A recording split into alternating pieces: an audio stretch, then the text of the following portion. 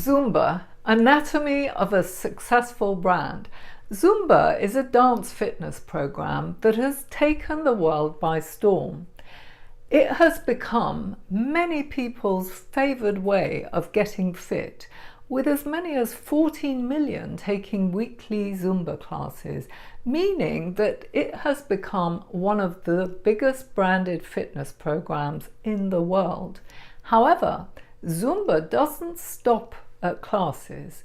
It runs instructor training courses, sells its own apparel, soundtracks, and merchandise, and even has its own Z Life magazine and has become a video game too, so people can take part in its classes from the comfort of their own home and without fear of judgmental eyes watching all those wrong moves. Zumba is much more than simply a fitness program. It has become a brand, and a successful one at that. The fascination with Zumba has become almost like a cult. In a previous piece, I mentioned how desirable it is for a brand to attain cult status. A lot of people get fanatical about it. For people who are looking for something in their lives, it offers a closeness, a sense of belonging, a family aspect that you don't get in a gym. It has become something of a lifestyle brand that promotes Zumba's vision of health and happiness, and of loving everything you do, especially your workout. Rather than just fitness, Zumba sells this emotion and feeling of freedom with its powerful tagline, "Ditch the workout, join the party." One thing I want to point out is the importance of the choice of name to Zumba's success. The original name was Rumba Size, a combination of rumba to party in Spanish, and a musical style and dance name, Jazzercise. However, that name couldn't work, as I'm sure Zumba found out, so it changed to Zumba. A lot of Zumba's success is down to choosing the right name. You see, the name Zumba has become synonymous with this emotion of freedom, and that's why people looking for dance classes might choose a Zumba dance rather than a range of other dance classes available in the market. It's also what attracts people to buy Zumba branded apparel and soundtracks and other merchandise, because people are buying into this feeling of freedom that is encapsulated in the Zumba name. Although much of the business's success has been down to the way it's created and developed its brand, and its success in really connecting to its audience on a level that no other fitness program has done, the choice of name also plays an integral part. You see, it's a choice that, from a legal point of view, has enabled the company to really profit from its brand. The name is also an extremely powerful choice from a branding point of view as well. You see, not only is it distinctive, original, and a made-up name, but it actually sounds, the name helps reinforce the image of fun, energy, and freedom that the branding communicates. Interbrand, discussing brand names from a linguistics point of view, points out that names starting with the letter Z often evoke speed, energy, or precision. This is because the Z sound is quick and crisp. Often people don't realize that the name can be highly evocative, and the right name can stick in the mind of a customer. With its wide reach and broad range of products, having a name that is catchy, memorable, and well suited has been instrumental to Zumba's success. A lot can be learned from Zumba about effective branding. Not only does it demonstrate the power of creating a brand that goes beyond the product or service that you provide, that really connects with your customers, but it also demonstrates how a name can be an effective tool within this branding process. The choice of name can lead to disasters for many businesses, and a good choice of name is useless if the name isn't capable of achieving a company's vision. You see, imagine if Zumba had stuck with its original name of Rumba size or had opted for a less distinctive name.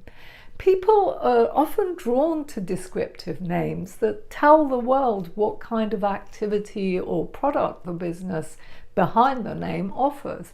While a name like Rumba size, if available as a trademark, is distinctive rather than descriptive and could potentially be registered as a trademark, a name like New Latin Dance would have been totally descriptive and incapable of functioning as a trademark. Not only is this a boring, impersonal name, but it's also legally ineffective, as discussed here.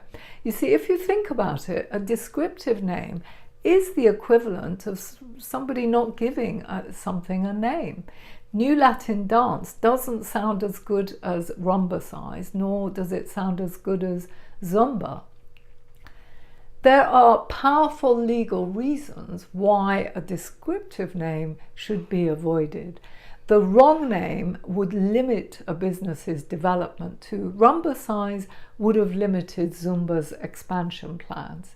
You see, names matter because the way in which the law protects a business against various unfair competitive practices is through a name. Specifically, the name is key in determining the extent to which you can control use of your name. It doesn't give much control over use of a descriptive name. Such names are free for all to use. Therefore, names that describe the activity of the business, such as New Latin Dance would, are not capable of functioning as a trademark. The practical impact of this would be felt by Zumba type business because it would be difficult, if not impossible, to stop other people also using the name and providing all sorts of different services and classes by that name. Suggestive names. Now, even if the founders had stuck to their original choice of Rumba size, which isn't descriptive but is suggestive of the activity and capable of being trademarked, they would still have found it difficult to control use of the name. While suggestive names can be an extremely good choice in some circumstances, they are unsuitable for some business situations. For a Zumba-style business, which has ambitions to extend its reach internationally and to other areas of business activity, such as films, magazines, videos, clothing, and other merchandise, as Zumba has done, a distinctive made-up name is essential. So the question how effective a name would be for your plans depends on your plans. The point I want to emphasize is that a name raises a number of legal issues and should never be finalized without consulting a specialist brand lawyer. Where a name leans too far in the direction of descriptiveness, bear in mind that even though you may secure a trademark over it, you may find it harder to enforce your rights. You may have to spend a lot of money and time, and even then would find it difficult to prevent others from using variations of your name. You see, that's why the Easy Group spent far more on litigation to control use of their name than does Ryanair. Why does such control matter anyway? Well, through having a name that is highly distinctive and trademarking it, Zumba is able to control who uses its name, meaning it can stop competitors offering similar products and services under that name. It can license its programs so that those who want to provide Zumba classes may do so. Zumba has become much more than just a dance program. As mentioned, the choice of name has contributed to the company's success, giving it exclusive rights over the name in many different categories. You see, the company's ability to trademark its unique name in a number of different trademark categories means it's able to generate additional revenues from the brand. How seeking an early trademark contributed to Zumba's success. Now, not only did Zumba choose the right kind of name, but if it had failed to register a trademark when the dance took off, the rapid success of the dance could have rendered its name generic, jeopardizing the founder's chances of registering a trademark. You see, for similar reasons, Microsoft nearly lost the chance to register its Windows name, having waited 5 years to file a trademark application, by which time it was considered merely descriptive in relation to computer software, nearly destroying Windows brand equity. Microsoft eventually secured a registration, but would a new company have had the resources of Microsoft to pursue its case? Significance of a trademark. Now, failure to appreciate the critical role of trademarks when choosing a name and clearing it before registering the name as a trademark are essential ingredients to creating a brand. If the name isn't registered while you're getting visual designs done, then anyone could freely use the name in relation to their goods and services, meaning Zumba couldn't then have used the name or stopped its use by others. You see, the wrong name would have also reduced Zumba's ability to expand. It would have remained a small, short-term business rather than the massive brand that it's become today. This demonstrates how the value of a brand is in its name. From that, licensing and other opportunities flow. In conclusion, if you don't have a name that matches your business plans and don't take the right actions to clear and protect it, you're leaving yourself vulnerable during any branding exercise.